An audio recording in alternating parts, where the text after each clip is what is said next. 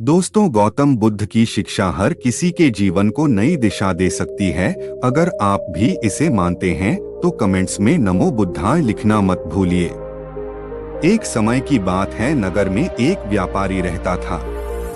अपने और अपने परिवार के भरण पोषण के लिए वह नमक का व्यापार करता था। उसके परिवार में पत्नी और 2 पुत्र थे। व्यापारी के दोनों पुत्रों का स्वभाव बिल्कुल अलग था।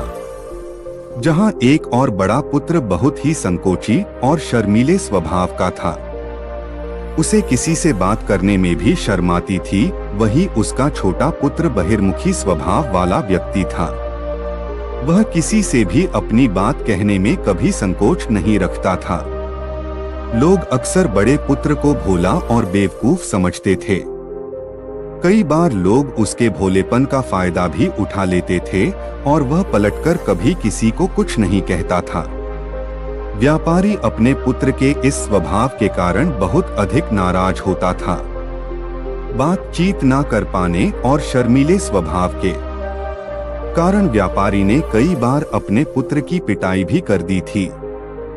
हालांकि इस वजह से उसके पुत्र का स्वभाव सुधरने के बजाय और भी खराब हो गया। बचपन से ही बड़ा पुत्र बेहद परेशान रहने लगा था। उसके अंदर आत्मविश्वास की कमी हो गई थी। परीक्षा में वह आते हुए प्रश्नों के उत्तर भी अपने डर के कारण नहीं लिख पाता था। इस कारण उसकी शिक्षा भी ठीक ढंग से नहीं हो पाई। बड़ा पुत्र जब युवावस्था को प्राप्त हुआ, तब व्यापारी ने उसे अपने साथ व्यापार में हाथ बटाने को कहा। अपने पिता से डर के कारण वह व्यापार करने को तैयार हो गया, किंतु वह कई बार ऐसी गलतियां कर देता था जिससे व्यापारी बहुत अधिक नाराज हो जाता था। एक दिन व्यापारी किसी दूसरे काम के कारण शहर गया हुआ था। उस समय उसकी दुकान पर बड़ा पुत्र बैठा हुआ था। तभी कुछ लोग आए और उन्होंने बड़े पुत्र से कहा कि हमें तुम्हारे पिता ने भेजा है। उनका यह संदेश है कि इस समय दुकान में नमक की जितनी बोरियां रखी हुई है वह सब हमें दे दो। उन्होंने नमक की सभी बोरियों को शहर मंगवाया है। व्यापारी का पुत्र उनसे प्रश्न पूछने की हिम्मत जुटा ही रहा था कि वे दोनों आदमी दुकान के अंदर घुस गए और दुकान में जितनी भी नमक की बोरियां रखी थी सबको तांगे में रखा और लेकर चले गए। व्यापारी के पुत्र ने उन्हें रोकने का प्रयास किया, किंतु संकोच और शर्मीलेपन के कारण वह उन्हें कुछ कह नहीं पाया। उसने मन ही मन सोचा कि यदि मैं इन्हें नमक ले जाने से रोकूं तो पिताजी मुझ पर नाराज होंगे।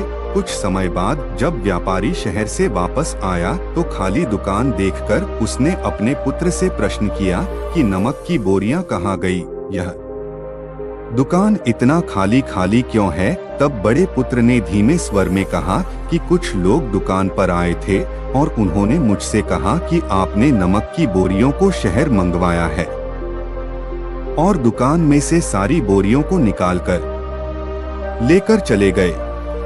व्यापारी ने अपना सिर पीट लिया। उसने अपने पुत्र को दुकान से धक्का देते हुए कहा कि तू मूर्ख का मूर्ख ही रह जाएगा। वे लोग तुझे बेवकूफ बनाकर सारा सामान ले गए। तुमने मेरा बहुत भारी नुकसान करवा दिया। यहाँ से दूर भाग जाओ और घर वापस मत आना। यदि तुम वापस आए तो मैं तुम्हें पीट पीट कर सीधा कर दूंगा। व्यापारी का बड़ा पुत्र इस बात से बेहद दुखी हुआ। एक बार फिर उसके शर्मीले स्वभाव के कारण उसके पिता उससे और अधिक नाराज हो गए। साथ ही व्यापार में भी इतना नुकसान हो गया। उस समय नगर के सभी लोग व्यापारी के पुत्र पर हंस रहे थे और उसका मजाक बना रहे थे। उसे बहुत अधिक शर्मिंदगी महसूस हो रही थी। यही वह समय था जब उसने सोच लिया कि अब उसके जीवन में कुछ भी ठीक नहीं हो सकता है। वह सदैव मूर्ख का मूर्ख ही रह जाएगा और इस समाज में रह रहे लोगों के साथ कदम से कदम मिलाकर कभी नहीं चल पाएगा। व्यापारी का पुत्र नगर से बाहर आ गया और एक नदी के किनारे बैठकर खूब रोया। गहरे पानी को देखकर उसके मन में विचार आया कि अब उसके जीवित रहने का कोई फायदा नहीं है। उसने सोच लिया कि आज वह इस नदी में डूबकर अपने आप को समाप्त कर लेगा। असफल जीवन जीने से अच्छा है कि वह स्वयं को समाप्त कर ले।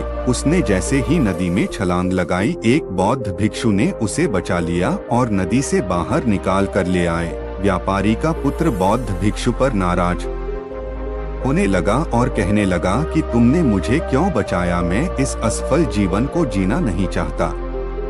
बौद्ध भिक्षु ने उसे समझाया कि जीवन एक ही बार मिला है और यदि तुम जीवित ही नहीं रहोगे तो असफलता को खत्म करके सफल कैसे बनोगे। तब व्यापारी के पुत्र ने कहा कि मेरे जीवन में बहुत अधिक समस्याएं हैं। यह सभी समस्याएं मेरे संकोची और शर्मीले स्वभाव के कारण हुई है। मैंने अपने पिता का नुकसान करवा दिया। मैं एक अच्छा पुत्र नहीं हूँ। अपने स्वभाव के कारण मैं शिक्षा ग्रहण भी नहीं कर सका। यह सारा संसार मुझे मूर्ख समझता है। क्या किसी मूर्ख को इस संसार में जीने का अधिकार है?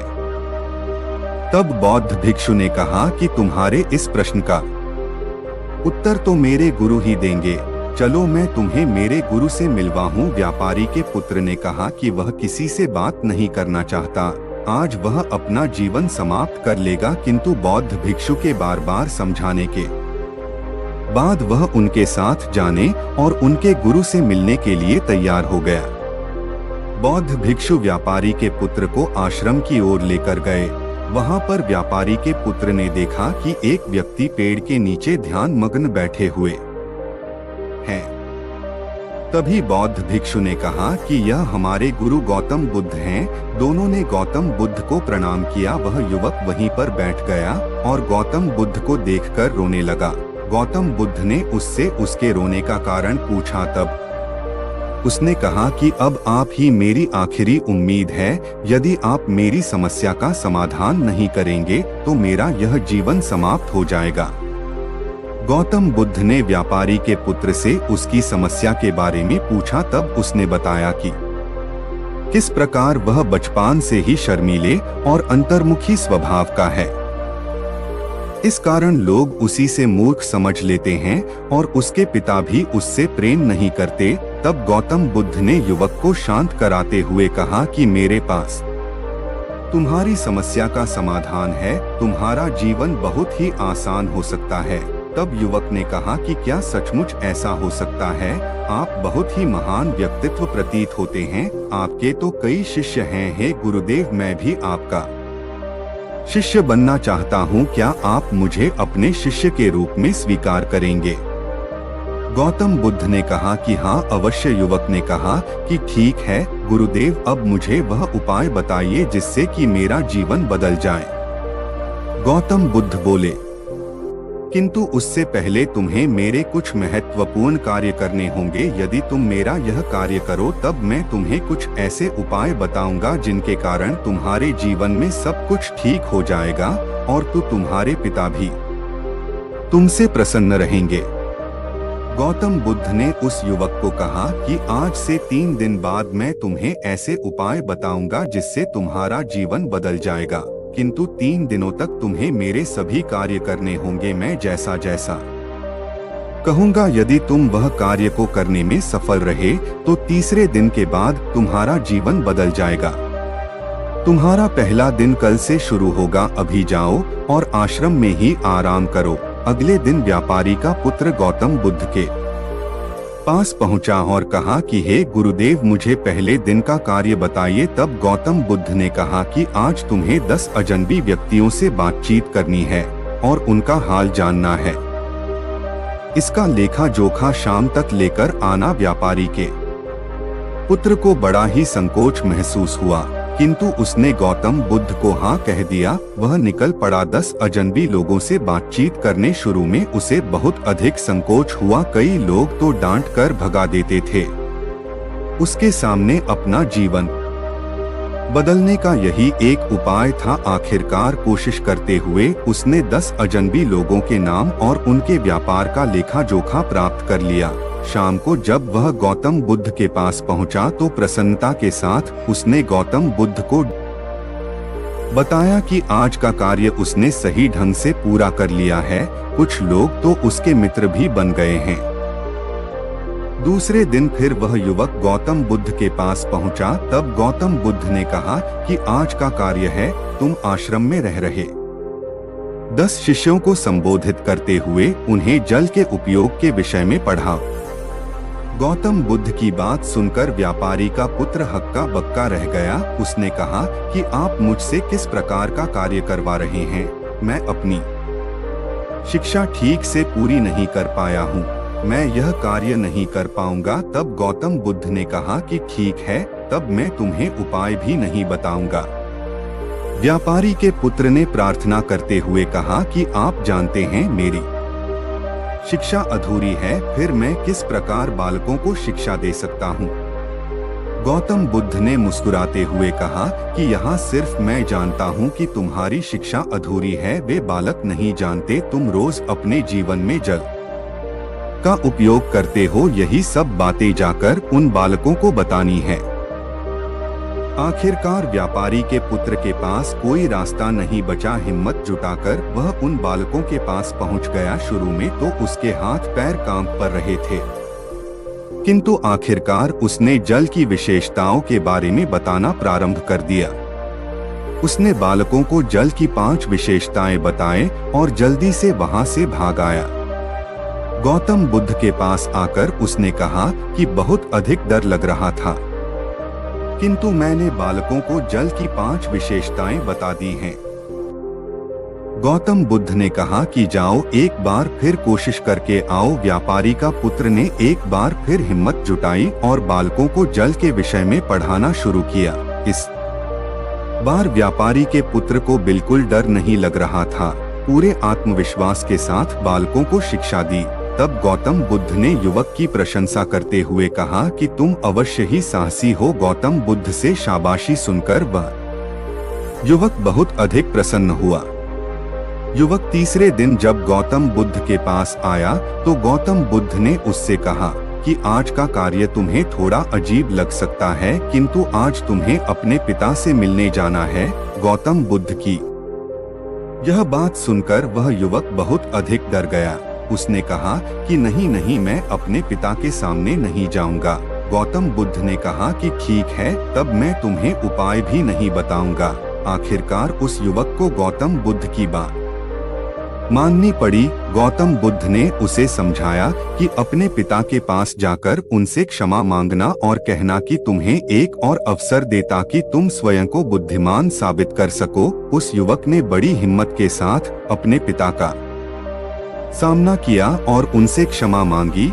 आखिरकार व्यापारी ने अपने पुत्र को क्षमा कर दिया और उसे दूसरा अवसर देने के लिए तैयार हो गए। व्यापारी का पुत्र गौतम बुद्ध के पास आया और उसने जब उपाय के बारे में जानना चाहा तब गौतम बुद्ध ने कहा कि तुमने स्वयं ही अपना उपाय खोज लिया है। तुम किसी से बात नहीं कर पाते थे, शर्मीले थे, सब कुछ तुम्हारे मन में बैठा हुआ डर था। हम कितने आत्मविश्वास हैं, कितने शर्मीले हैं और हमारे अंदर कितना डर है, यह सिर्फ हमें पता होता है। बाहरी दुनिया में किसी को नहीं पता होता है। बाहरी दुनिया में हम स्वयं को जिस प्रकार का दिखाते हैं, लोग हमें इस प्रकार का समझते हैं। अगर तुम आत्मविश्वासी नहीं हो तो भी अनजान व्यक्तियों के सामने यदि आत्मविश्वास होने का अभिनय करो तो किसी को पता ही नहीं चलेगा कि तुम कौन हो। वह युवक समझ चुका था कि गौतम बुद्ध उसे क्या बताना चाह रहे हैं। गौतम बुद्ध को धन्यवाद किया और उनसे वादा किया कि वह जीवन में सफल होकर दिखाएगा। दोस्तों, यह पोस्ट पसंद आई हो और आपके आसपास भी कोई ऐसा शर्मीला और संकोची स्वभाव का व्यक्ति है तो उसे यह पोस्ट जरूर शेयर करें ताकि उसकी सहायता हो सके।